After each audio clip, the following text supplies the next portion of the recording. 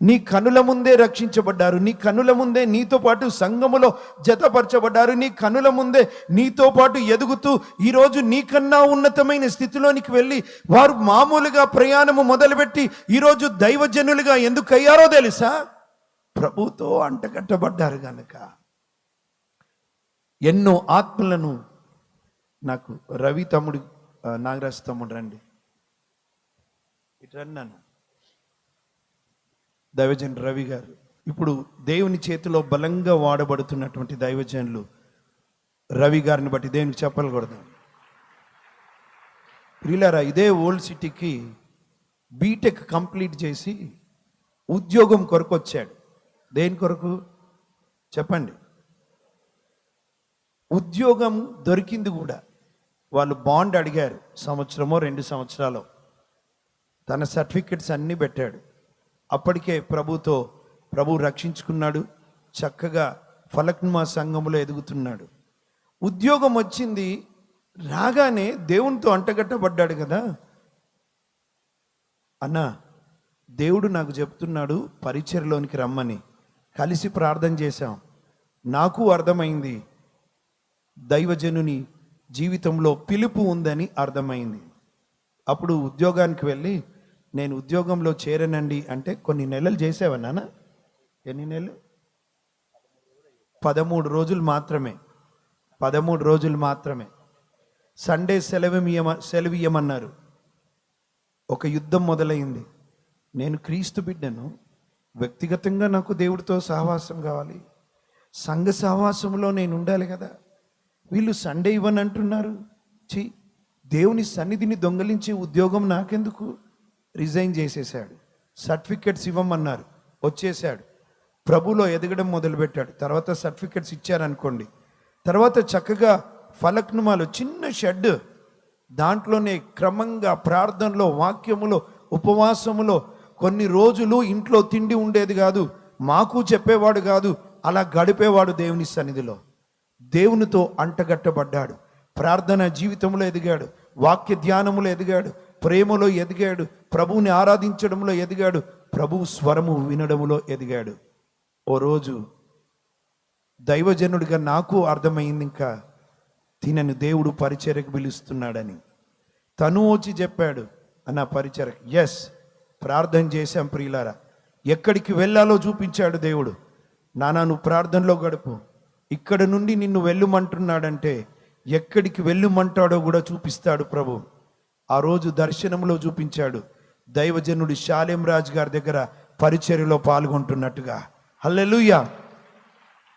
నేను అన్నాను, హల్లెలూయా. ఆ దైవజనుని దగ్గరికి వెళ్ళడం ఇంకా భాగ్యమే కదా.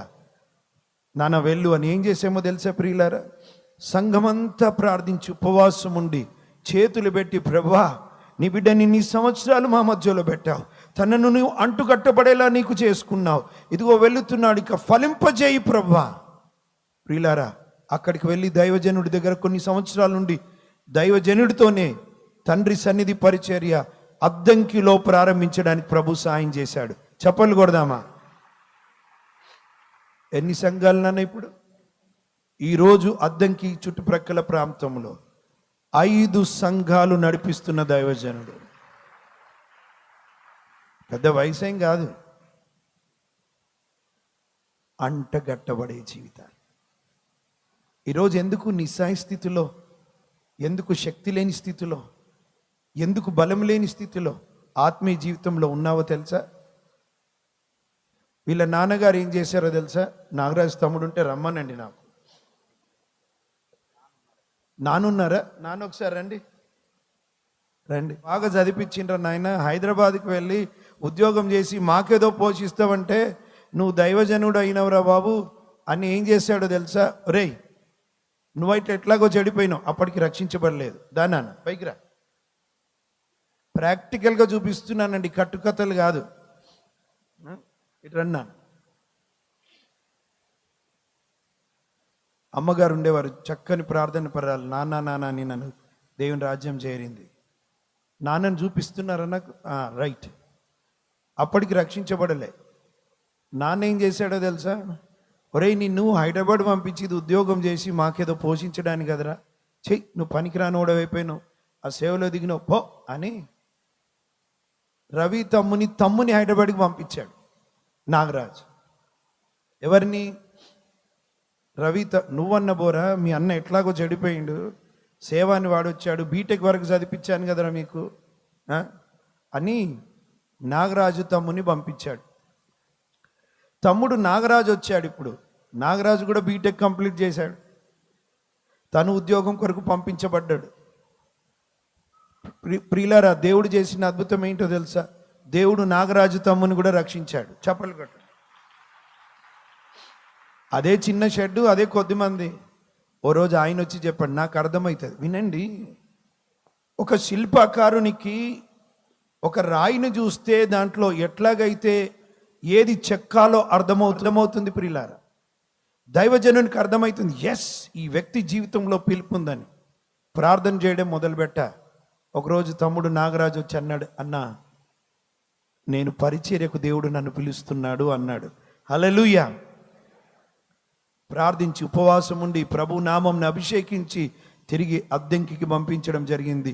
దైవజనుడితో పాటు సహకరిస్తూ ఈరోజు పరిచర్యలో పాల్గొంటున్నాడు. దేవునికి స్తోత్రం కలుగును గాక. నానున్నాడు, ఆయనకు కోపం రాదండి. పెద్దోని పంపిస్తే వాడు సేవకుడా, వీని పంపిస్తే వీడు సేవకుడా, అసలు వీళ్ళని చెడగొడుతున్నాడు ఎవడరా అని నన్ను చూడ్డానికి వచ్చాడు. అసలు వీళ్ళని చెడగొడుతున్నాడు ఎవడరా, పోయినోళ్ళని చెడగొడుతున్నాడని. ప్రియులారా, వచ్చి ఆయన కూడా రక్షించబడ్డాడు, అమ్మ రక్షించబడ్డది. ఈరోజు నాన్న ప్రభు పరిచయలు అన్ని పనులలో పాల్గొంటాడు. నాన్న థ్యాంక్ యూ వెరీ మచ్, దేవుడు దీవించింది. అరే దేవుని పిలుపండి మీ జీవితంలో. ఇక్కడ కూర్చున్న వాళ్ళు ఎవ్వరు వేస్ట్ కాదండి. నేను చెప్తున్నాను, నోబడీ ఈజ్ వేస్ట్ హియర్. నీకొక్క దేవుని ప్రణాళిక ఉంది, నీ జీవితంలో ఒక ఉద్దేశం ఉంది. అందరూ దైవజనులు అవుతారా? కాకపోవచ్చు, కానీ అందరూ ఫలించగలరు ప్రభు కొరకే.